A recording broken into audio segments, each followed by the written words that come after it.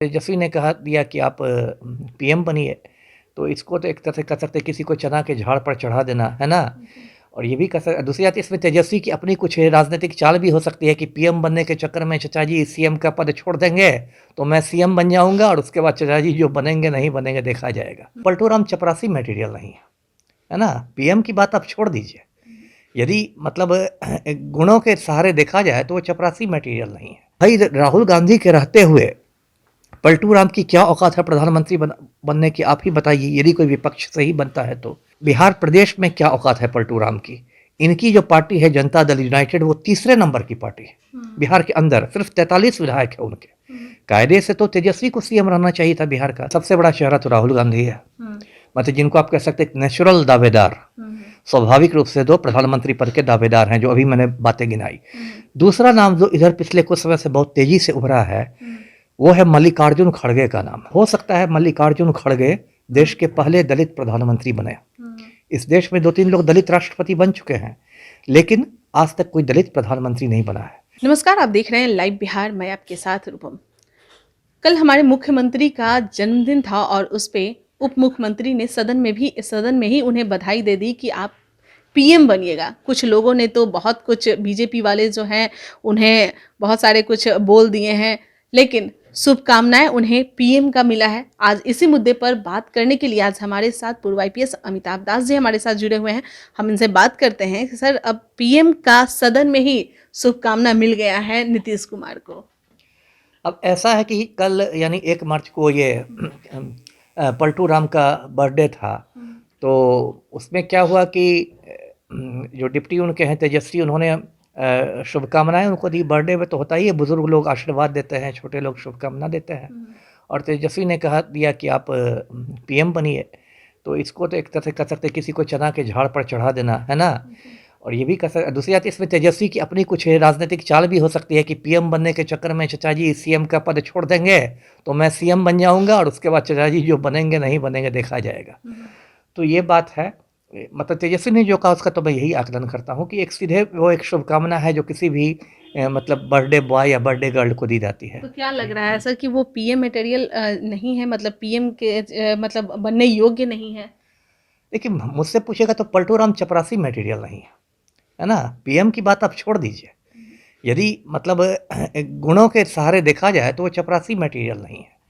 अब पलटी मार मार के कोई व्यक्ति बहुत दिनों से मुख्यमंत्री है और मतलब अपनी मक्कारी से, तिकड़म से, हथकंडे से, तो ये बात अलग है। ये तो बिहार का आप दुर्भाग्य कर सकती हैं। आप ये कैसे कह सकते हैं कि चपरासी मटेरियल भी नहीं है? क्योंकि अगर पीछे के आंकड़े अगर देखा जाए तो पहले जब उनका राज्य था नीतीश कुमार का, उससे पहले जो शासन चल रहा था उसके अपेक्षा जब इनका राज आया तो बहुत काम भी हुआ। और महिलाओं का अगर बात करें तो शिक्षा में वो लोग भी आगे बढ़ी, क्योंकि महिलाओं को बहुत सारे आरक्षण वगैरह दिए गए हैं। और विद्यालय में भी बात करें तो उन लोगों को साइकिल और बहुत सारी चीज़ प्रोवाइड किया गया है, जिसके कारण से महिलाएं पढ़ी है और आगे भी बढ़ी है। और ये भी कहा जा रहा था, मैं महिलाओं से जिस तरह से मैं बात करती थी, ये भी कहती थी कि शाम होते ही वो लोग बाहर में नहीं उतना निकल पाते थे, लेकिन अब ऐसा नहीं है। देखिए, ये तो उनके जो समर्थक हैं वो प्रचार करते हैं। मेरी व्यक्तिगत राय इससे भिन्न है। मैं मानता हूँ कि पलटू राम ने बिहार को मतलब एक तरह से रसातल में पहुँचा दिया है। पहली बात तो देखिए, इतना बड़ा जातिवादी मुख्यमंत्री बिहार के इतिहास में कोई नहीं हुआ। पूरा जो पलटू राम का है लवकुश समीकरण है कुर्मी कोयरियों का, ये है ना? आपको याद होगा, दर्शकों को मैं याद दिला दूं, 1994 में इन्होंने गांधी मैदान में कुर्मी चेतना रैली को संबोधित किया था। मुझे कुर्मियों से कोई झगड़ा नहीं है, लेकिन बिहार में कुर्मी के अलावा भी तो लोग हैं, ब्राह्मण भी तो हैं, राजपूत भी तो हैं, मुसलमान भी तो हैं, यादव भी तो हैं, दलित भी तो हैं। तो ये खाली कुर्मी कोयरी लवकुश समीकरण कुर्मी क्या होता है? और नीतीश कुमार ने पूरी कोशिश करनी चाहिए बिहार को कुर्मिस्तान बनाने की। दूसरे राज्यों से कुर्मी पदाधिकारियों को, आईएएस को, आईपीएस को चुन के कुर्मियों को लाके बिहार में डेपुटेशन पर, प्रतिनियुक्ति पर तैनात किया गया। मैं ऐसे 1 दर्जन नाम अभी आपको गिना सकता हूँ, लेकिन बहुत फिर बात भटक जाएगी, ये कह रहा हूँ। दूसरी बात क्या है कि नीतीश कुमार ने जो राजनीति की है वो पूरी तरह सिद्धांत विहीन राजनीति की है। इनको उसूलों से कोई मतलब नहीं रहा है। जितनी बार इन्होंने पलटी मारी है, उसी से पता चलता है कि इनकी राजनीति में सिद्धांतों का, उसूलों का कोई स्थान नहीं है। कभी ये बोलते हैं कि मैं मिट्टी में मिल जाऊंगा लेकिन भाजपा के साथ नहीं जाऊंगा, फिर अचानक पलटी मार के भाजपा की गोद में चले जाते हैं। कभी एक बार तेजस्वी यादव के घर रात में 12 बजे सीबीआई ने रेड किया तो पलटू राम की अंतरात्मा 12 बजे रात में जग गई, उन्होंने तुरंत राजद से तोड़ दिया, आज फिर उसी राजद के साथ बने हुए। मतलब बिल्कुल जो एक कहते हैं अवसरवाद की राजनीति, सिद्धांत विहीन राजनीति, वो सब इन्होंने पलटू राम ने किया। बिहार की इसमें आप देखिए कहाँ बिहार को इन्होंने पहुंचा दिया है। आप शैक्षणिक अराजकता को देख लीजिए, है ना। एक परीक्षा इनकी कायदे से नहीं ले पाते हैं, चाहे वो बीपीएससी की परीक्षा होती है उसका पेपर लीक होता है, बीएसएससी की परीक्षा होती है कर्मचारी चयन आयोग की, उसका पेपर लीक होता है। शिक्षक अभ्यर्थी जो है वो हाहाकार कर रहे हैं। कुछ साल पहले बिहार में टॉपर घोटाला हुआ, पॉलिटिकल साइंस की टॉपर ने कहा कि पॉलिटिकल साइंस में खाना पकाना सिखाया जाता है। बिहार की इज्जत पूरे हिंदुस्तान में नीलाम हो गई। तो मतलब कुल मिलाकर बहुत ही खराब स्थिति है ना। इस पर मैं अंतहीन बातें कर सकता हूँ। सर, आप दलितों की बात कर रहे हैं जी। कि सिर्फ यहाँ पे लौकुश ये बातें की जाती है, कुर्मी कुर्मी की बातें की जाती है, लेकिन दलितों की बात नहीं की जाती है। लेकिन अगर देखा जाए आरजेडी में तो वहाँ तो ये बातें की जाती है, वहाँ तो कहा जाता है कि गरीबों के भगवान ही हैं लालू यादव। तो अब तो दोनों लोग मिल गए हैं। नहीं तो इससे क्या हुआ, मैं कोई लालू का सपोर्टर थोड़ा ही हूँ, मैं थोड़ा ये करा हूँ कि लालू तो मतलब भगवान थे, ये तो मैंने करा। मतलब दोनों लोग अब मिल गए हैं तो अब तो मतलब सपोर्ट नीतीश कुमार को तो मिल ही गया है हर किसी का, तब ठीक। पीएम के लिए वो। नहीं, पीएम बनना और बिहार का सीएम बनना एकदम अलग अलग चीज़ है, पहली बात। दूसरी बात देखिए, मैं पीएम पर आपको आता हूँ। 2024 में अगले लोकसभा चुनाव होंगे, ये निर्णय होगा कि अगला पीएम कौन होगा। यदि आज की तारीख में हम देखें तो विपक्ष के नेता, सबसे बड़े विपक्ष में कौन नेता है? राहुल गांधी हैं, बिना किसी शक के, है ना। एक तो कांग्रेस पार्टी सबसे बड़ी विपक्षी पार्टी है, उसके नेता है। उसके बाद राहुल गांधी ने हाल में जो भारत जोड़ो यात्रा की कन्याकुमारी से कश्मीर तक, उस यात्रा के बाद भी उनका कद बहुत बढ़ा है, क्योंकि वो यात्रा बहुत सफल हुई, लाखों लोग जुड़े और एक ज़मीनी नेता के रूप में राहुल गांधी उभरे हैं। आप उनको हवाई नेता नहीं कह सकते हैं। और पूरी अंतर्राष्ट्रीय मंच पर उनकी इज्जत बढ़ी। अभी 2-3 दिन पहले उनको कैम्ब्रिज यूनिवर्सिटी में राहुल गांधी को बुलाया गया लेक्चर देने के लिए। कैम्ब्रिज यूनिवर्सिटी के विजिटिंग फेलो हैं, है ना। पलटू राम को तो कैम्ब्रिज के दरवाजे से ही खदेड़ दिया जाएगा, है ना।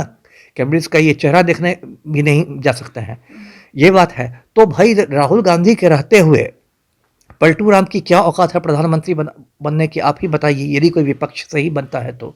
एक बात। दूसरी बात कि बिहार प्रदेश में क्या औकात है पलटू राम की। इनकी जो पार्टी है जनता दल यूनाइटेड, वो तीसरे नंबर की पार्टी है बिहार के अंदर, सिर्फ 43 विधायक है उनके। कायदे से तो तेजस्वी को सीएम रहना चाहिए था बिहार का, क्योंकि महागठबंधन को 113 विधायक है। वो तो पलटू राम ने ये दिखा के कि मैं चचा हूँ, मैं बुजुर्ग हूँ, इसलिए ये मुख्यमंत्री बन गए। तो जब आप एक प्रदेश के अंदर तीसरे नंबर पर चल रहे हैं तो आप देश में प्रधानमंत्री बनने का सपना नहीं, गुस्ताखी है। मेरा एक और सवाल है कि पीएम के बारे में अगर हम चेहरा की बात करें तो इधर से नरेंद्र मोदी तो रहेंगे ही खड़े, और उसके बाद ये लोग जो गठबंधन करने की बात कर रहे हैं, इधर कांग्रेस के साथ मिल रहे हैं, उधर अरविंद केजरीवाल से मिल रहे हैं, फिर ममता बनर्जी से भी मिल रहे हैं, तो इधर से कौन कौन सा मतलब कितने चेहरे हो सकते हैं?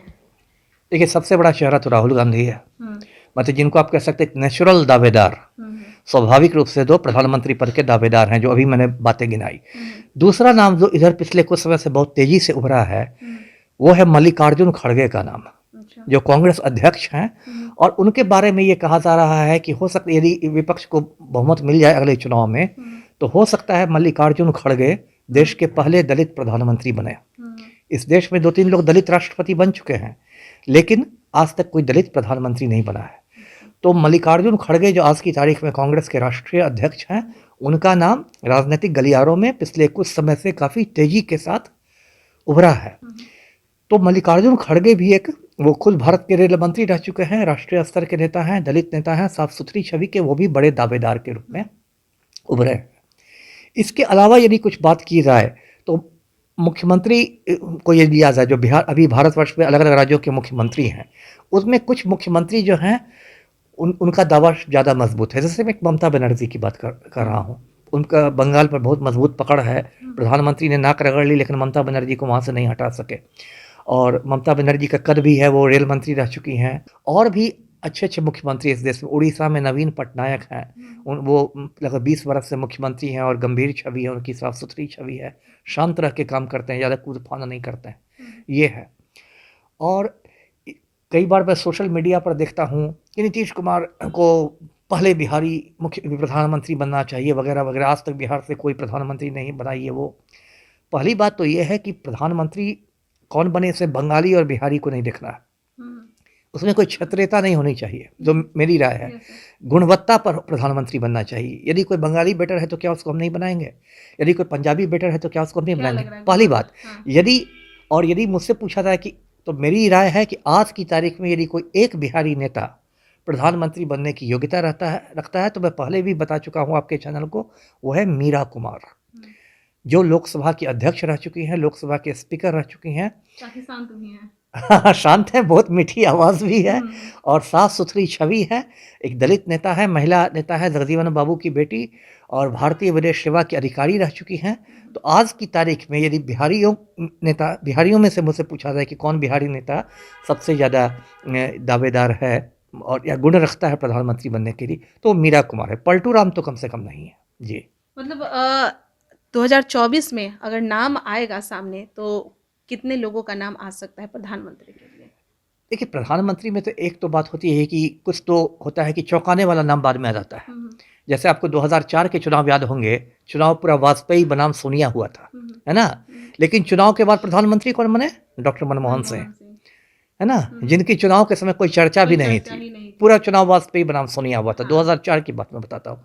या फिर 96 को आप याद कीजिए, 1996 में वो जो चुनाव हुआ था, उस समय किसी ने नहीं सोचा था कि देवेगौड़ा प्रधानमंत्री बन जाएंगे, है ना? विपक्ष में ज्योति बसु को ऑफर किया गया प्रधानमंत्री बनने का, जो उस समय बंगाल के सीएम थे, लेकिन उनकी पार्टी ने उनको परमिशन नहीं दिया।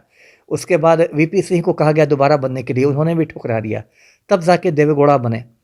तो एक तो बात ये होती है कि प्रधानमंत्री में कोई एक चौंकाने वाला चेहरा निकल सकता है, क्योंकि उस समय क्या समीकरण बना और क्या हुआ, बहुत सारी बातें होती हैं, कोई इतना आसान नहीं है।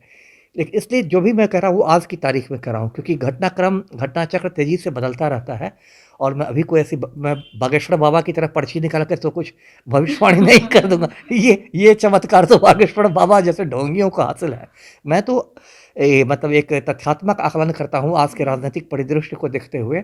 तो उसमें मुझे लगता है कि आज विपक्ष में राहुल गांधी प्रधानमंत्री बनने की दौड़ में सबसे आगे हैं, और उनसे के बाद यदि किसी का नाम है तो वो मल्लिकार्जुन खड़गे का नाम है। और पलटू राम कहीं भी दूर दूर तक नहीं है, इनको भले ही इनके चमचे कुछ भी दिखा दें जी। बहुत बहुत धन्यवाद।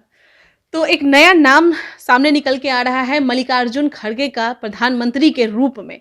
चलिए, लेकिन बिहार में जिस तरह से हो रहा है, जिस तरह से आवाजें निकल रही है कि नीतीश कुमार पीएम मटेरियल हैं और सदन में भी उन्हें शुभकामनाएं दी जा रही है। चलिए, अब देखना यह होगा कि 2024 का जो चुनाव है उसमें प्रधानमंत्री के तौर पे किसका नाम सेलेक्ट किया जाता है इधर से। चलिए, अभी के लिए इतना ही। बने रहें आप लाइव बिहार के साथ। धन्यवाद। लाइव बिहार यूट्यूब पर सब्सक्राइब और फेसबुक पर लाइक जरूर करें।